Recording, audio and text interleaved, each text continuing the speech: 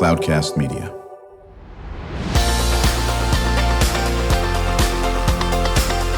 Drew Schlosberg Spotlight on the Community Show, amplifying the voices of social impact organizations, entrepreneurs, local nonprofits, and other community champions who shape the culture, creativity, and connectivity of San Diego.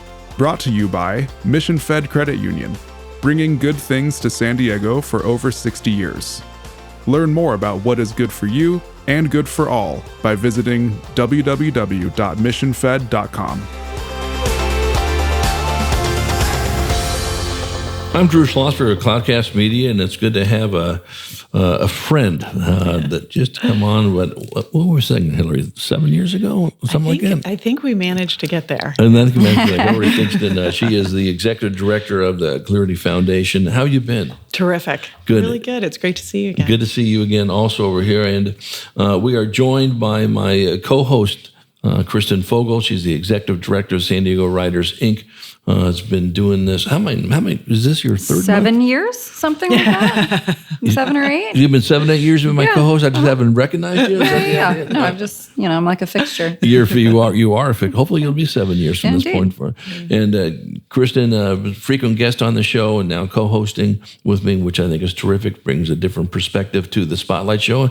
And you got a question for Hillary. I do. I just wonder if we could open up with what the mission of the organization is. Sure. So Clearity Foundation helps women and families who've been impacted by an ovarian cancer diagnosis. And our goal is really to help people through every aspect of this experience. You can imagine a diagnosis like this can really turn lives upside down. Absolutely. There's a really steep learning curve. There's a lot of nuances to treatment, and there are a lot of exciting developments in treatment too. And so there's a lot that families need to learn and understand. It can be emotionally overwhelming at times, and so we're really here to help with all of those educational aspects, bringing the latest science and research to help them make the most informed treatment decisions that they can. And really the goal is for them to walk through this experience on their own terms, based on their unique cancer, their unique clinical situation, their unique needs that they have as a human going through really a health crisis. Yeah, absolutely. And how long have you been doing this?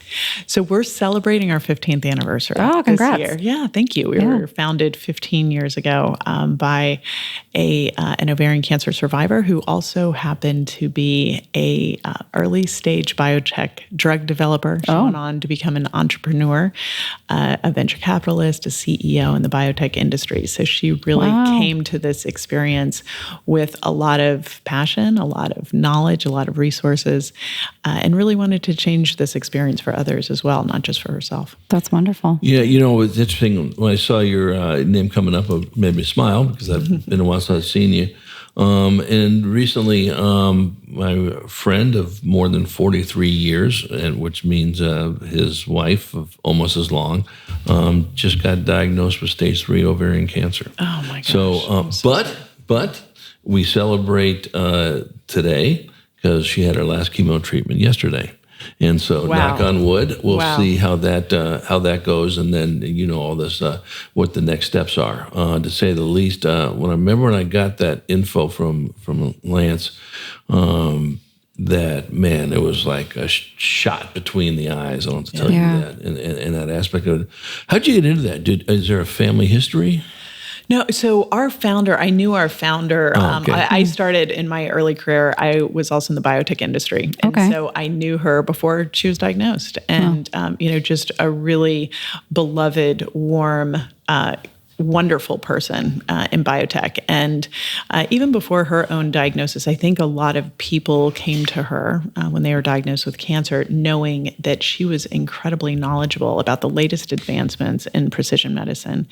And so she really had a great network when she received her own diagnosis, which was really shocking to a lot of us who knew her professionally. And so that's what brought me to Clearity. Yeah. And I'm sure we'll get into it a little bit too, but just maybe on the top on this.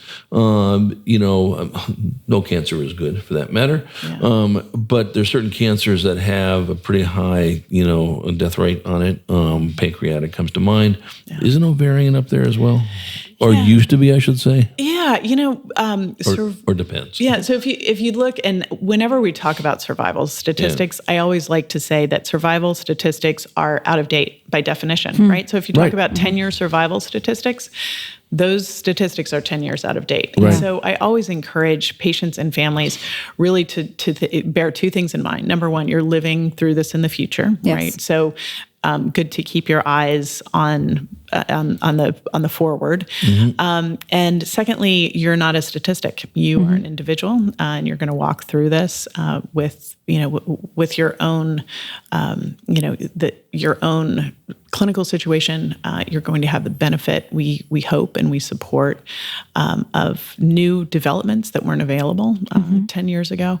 But currently, the 10-year survival statistic for ovarian cancer is about 50%. So, that's an improvement over when Clearity was founded. It was closer to 35%. Wow. So we are seeing progress. We're seeing some new drugs, new diagnostics that have been developed, but we're still not at the 90+% of breast cancer. So we still have work to do. We still have a long way to go. And I hate to hear from women who receive this diagnosis that they feel like they're overlooked, that they don't get the kind of attention that some other cancer types get. Yeah. So we're working on that. That's good. Kristen? Yeah. So, obviously we need to increase awareness, right? So can you speak about the kind of two key areas that maybe we need some more awareness around? So, I think that one of the biggest messages that I love for listeners to receive, and I think that there's probably lack of awareness around this, is that there is no early detection technology for ovarian cancer. And I think, a lot of women assume that the pap smear probably picks up more cancer than it really does. It does not detect ovarian cancer. And so a lot of times we hear that women are diagnosed in late stage. Most women are diagnosed in stage 3 or stage 4. And it's because there's kind of a vague constellation of symptoms that don't necessarily scream cancer. Sure. Bloating, abdominal pain, urinary frequency or urgency. So there are kind of these symptoms that can be attributed to other things. And sometimes it takes a while to get a confirmatory diagnosis of ovarian cancer.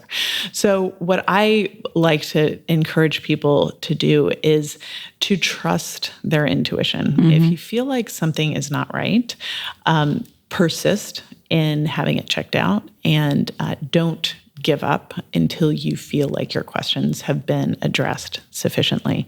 Early detection is key for improving cancer outcomes, and there's still work to do there. I think the other piece is, once you have received a diagnosis, knowing that there is a lot of technology that can help you understand what your unique cancer type is, and that can really help to select treatments that are optimal for you. So there are genetic tests. There are tests that we do on the tumor to help identify treatments that may have a better outcome. They might be more effective, and they might also have fewer side effects. They might be more tolerable.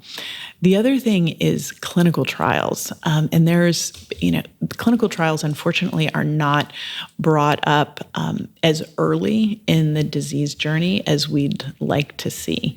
Sometimes we hear that patients have exhausted the standard of care before clinical trials are considered.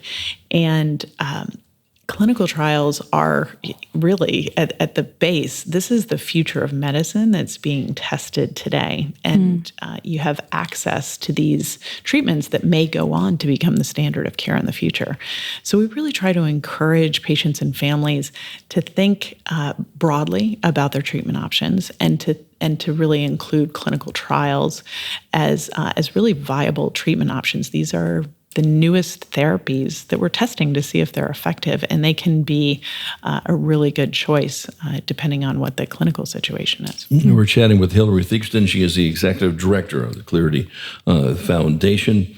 all focused on ovarian cancer research and awareness, getting folks together to say, you're not in this alone. We're going to be with you shoulder to shoulder. I'm Drew Schlosberg. You're listening to another edition of Drew Schlosberg Spotlight on the Community Show, the nation's longest running community podcast. We're now in our 17th year, brought to you by Mission Fed Credit Union in this wonderful Mission Fed studio here in Scripps Ranch. Mission Fed's been doing great things for more than 60 years in this community, joined by my co-host, Kristen Fogel, the executive director of San Diego Writers, Inc. You said something that just is near and dear to my heart. As you and I have chatted before, my father was a medical doctor, as you know, was a gastroenterologist and practicing in L.A., and if I learned anything about hanging around that was ask questions and don't stop until you get your answer. Mm-hmm. There's no time limit. It's not, don't leave that doctor's office or whatever, the Zoom, until you get your answers. And talk about how important that is. It's so important. I think that is terrific advice for anyone, really, and especially in an ovarian cancer diagnosis. I think the other piece of that is to make your wishes known, make your preferences known, mm-hmm. right? You are an individual who's walking through this experience, and it's important that your preferences as it relates to treatment, that you're clear on what's important to you mm-hmm. and your goals for treatment. And so I think to communicate that, and as you said, to feel like you have enough information to make these very important decisions.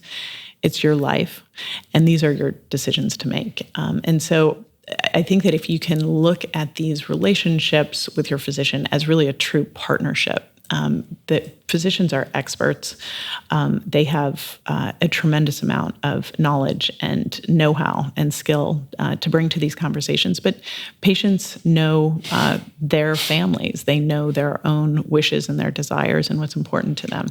And so I think combining those is really important. And that can be hard in a doctor's office when you're facing someone with many degrees and yes. a white coat. You're intimidated. Yeah. You might be a little bit fearful and stressed and anxious.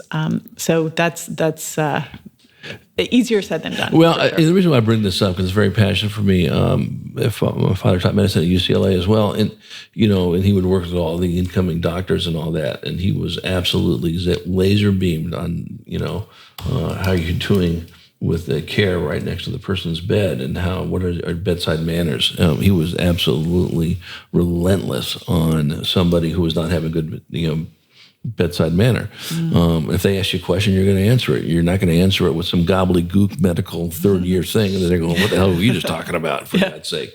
You're going to answer it in this way, and that's such a big deal. And I think that's so important to do that, and you do have more rights than you think.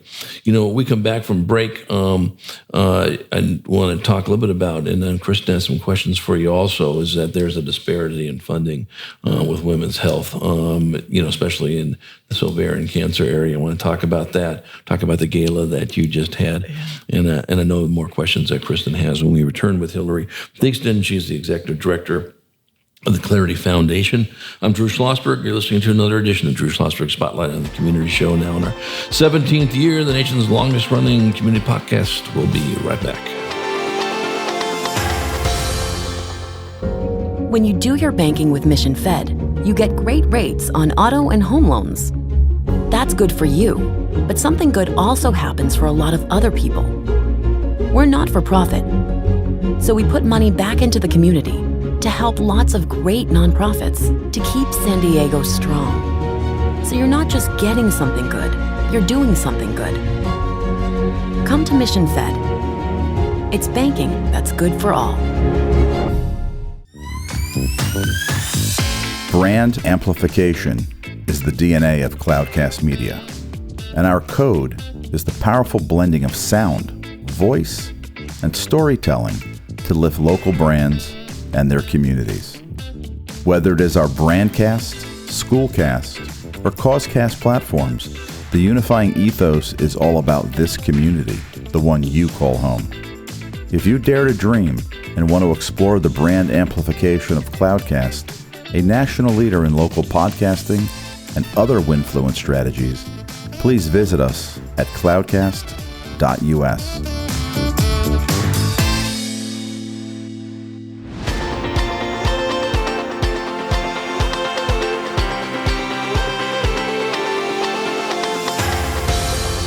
I'm Drew Schlosberg of Cloudcast Media. You're listening to Drew Schlosberg Spotlight on the Community Show, the nation's longest-running community podcast, now in our 17th year, brought to you by Mission Fed Credit Union and these wonderful Mission Fed studios and Scripps Ranch. And Mission Fed been doing great things for San Diegans for more than 60 years. We are joined by Hillary Theakston, the Executive Director of the Clearity Foundation. And I'm joined by my very wonderful, cool, inimitable co-host, Kristen Fogle. That's going to be the word of the rest of the year, inimitable, and I get to use it with you. It's so good. It's so hard to say, too.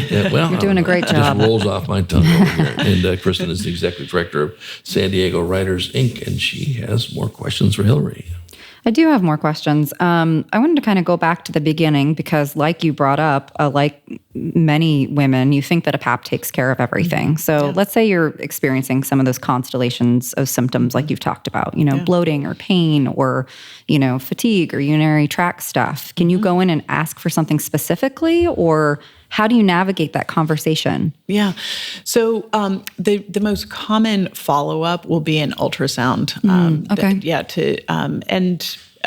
So you can talk to your gynecologist about that. And that's probably the best point at which to request that procedure. Okay.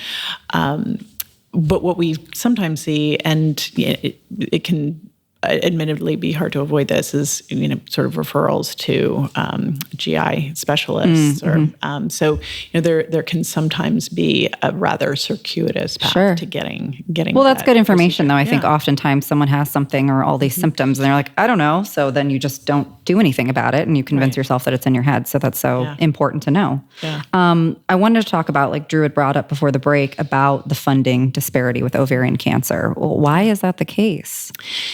There is tremendous, I think, we're increasingly appreciating how underfunded women's health is generally. Yeah. So I think that is part of the issue. That's part of the problem, is that we just see a lot of inequity in healthcare funding for women's health. Yes. And so ovarian cancer being part of that is it's not as common as breast cancer, for example. And because survival rates are lower, it's a little bit harder for this community to raise the kind of funds that you see raised in breast cancer. And research and development is really expensive. So we are working with a smaller population that's been impacted, and in a community that is oftentimes in the throes of their own treatment. And this is a tough disease to manage and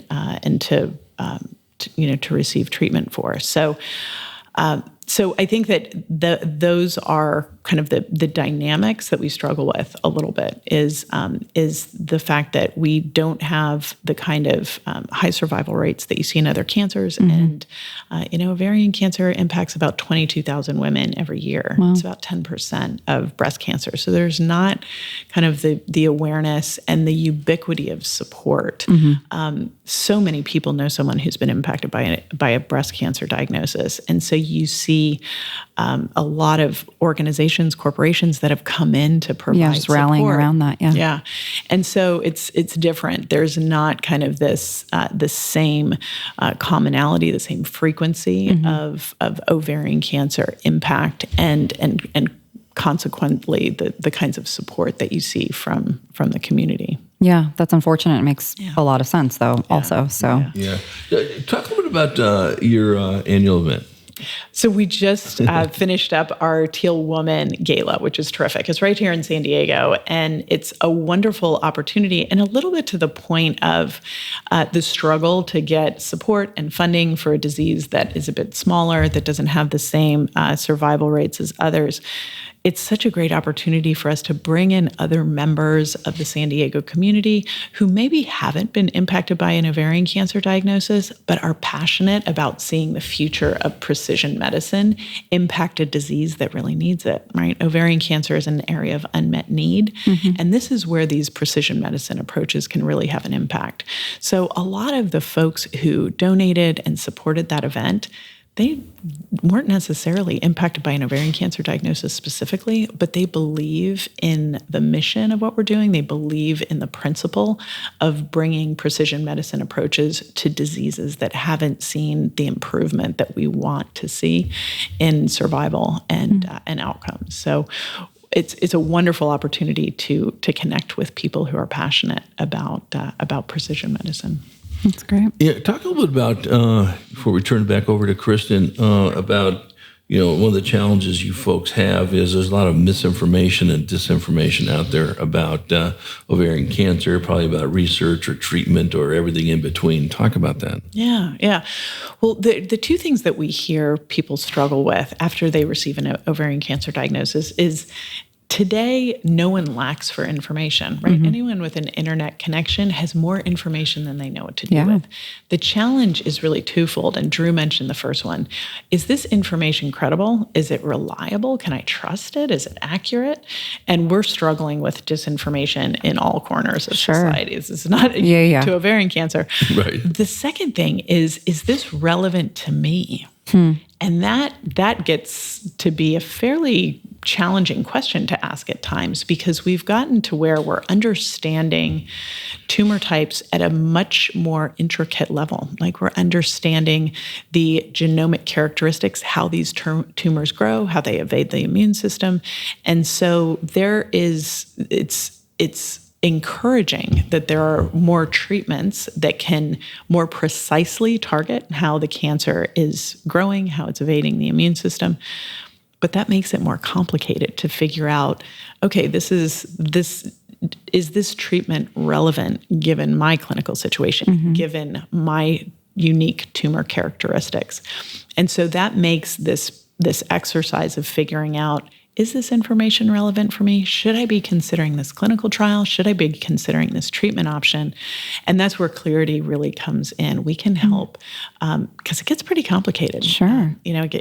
When you start to talk about genetics and the sort of genetic characteristics of tumor cells, you're feeling like you're in a high school or college biology class. It's a lot for people to consume. So that's where we have an opportunity to really come in and support. And Drew, you made the point about how do we explain things in terms that lay people understand. Right. These complicated medical or scientific concepts, how can we make it easier for people to understand what is relevant to their treatment decision making? And that's an area that Clearity helps out with. I think that's great. Kristen? Yeah. Obviously, you should be very proud of your work, but is there a particular story or a source of pride for you in doing this? Yeah, what we're seeing increasingly, and what I'm so gratified by, is that there's really an additive effect of the work that we do to help people manage this experience. How do you manage your stress? How do you deal with uncertainty? How do you have difficult conversations with your family, with your physician? How do you address all of these existential questions that can sometimes come up? We say that people have a brush with mortality sometimes when they receive this diagnosis. Sure. There's a lot of stuff that comes up. So we have trained ovarian cancer counselors who can help people process and manage that. And then we have a team of scientists who help people talk about their treatment options, their clinical situation, and all of the medical aspects of this experience.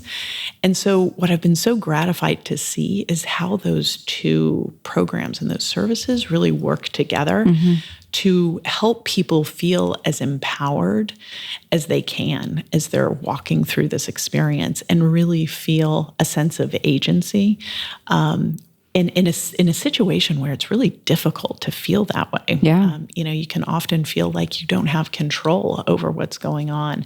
And so I think helping women and caregivers walk through this in a way that they feel comfortable with, that they feel informed about, and that they're under their own steam. They're not being pulled through this experience. That's been really gratifying, especially recently, just to see how those programs are coming together to support people. I know Kristen has one final question for you. I do, yeah. And this is amazing to hear that you have that source of education, but also this like very personalized approach. So that's wonderful. What can we do or what can our listeners do to support your efforts? Yeah. Well, thank you for that question. That's it's really appreciated, and I know that people who are listening who've maybe been impacted by this, and Drew, you're one of them. I am. The fact that you're bringing attention to this topic and bringing some awareness about what Clearity has to offer and how we can support people. All of our services are offered free of charge. That's huge. Yes. Awareness is one of our challenges, and so I thank you today for making time for this conversation. I think if you know anyone who's been impacted by ovarian cancer, I kind of mentioned that sometimes this community feels a bit overlooked. If you can help direct them to resources that might be helpful. I know that a lot of people find us through friends and family, and so so that's a great way to make people aware that this service exists and it's free of charge and can be helpful and uniquely customized based on what someone needs in the moment. Great. All good info. It is great info. Hillary, it's always good to see you. I think we've mentioned this before. I can't remember if you've taken me up on it. We don't want to break any HIPAA rules and all that. However, that said, we always like to have people that have benefited from the foundation work, whether it's Susan G. Komen or whether it's what you folks are doing at Clearity, or pick a topic, Alzheimer's, because there's only less people know you're not alone this together. Next time you come on, if you think it's appropriate, bring in somebody that has benefited from what you folks have done, and or a couple people, and let's share the world. I'd love it. I'd love it. That sounds great. Consider it's a great that idea. done. I appreciate it. My pleasure. We've been chatting with Hillary Theakston. She's the executive director of the Clearity Foundation. I'm Drew Schlosberg. You've been listening to another edition of Drew Schlosberg Spotlight on the Community Show, the nation's longest-running community podcast, now in our 17th year, brought to you by Mission Fed Credit Union, doing great things for San Diegans for more than 60 years, enjoying being next to my co-host, the incomparable Kristen Bobo. By the way, what happens here, Laurie, I'm supposed to choose a different adjective for her every time I sign off. Okay? Excellent. So it's inimitable, incomparable. Buying a thesaurus. That's right, exactly. She's got some other words for me the next time. Now, Kristen is the executive director of San Diego Writers Inc. We're having a blast doing it, and wishing you and the foundation nothing but great success moving forward. Terrific. Thanks so much. Appreciate it. Very good. We hope you enjoyed the show. You've been listening to an episode of Drew Schlosberg's Spotlight on the Community Show, amplifying the voices of social impact organizations, entrepreneurs, local nonprofits, and other community champions who shape the culture, creativity, and connectivity of San Diego community. Brought to you by Mission Fed Credit Union, bringing good things to San Diego for over 60 years. Learn more about what is good for you and good for all by visiting www.missionfed.com.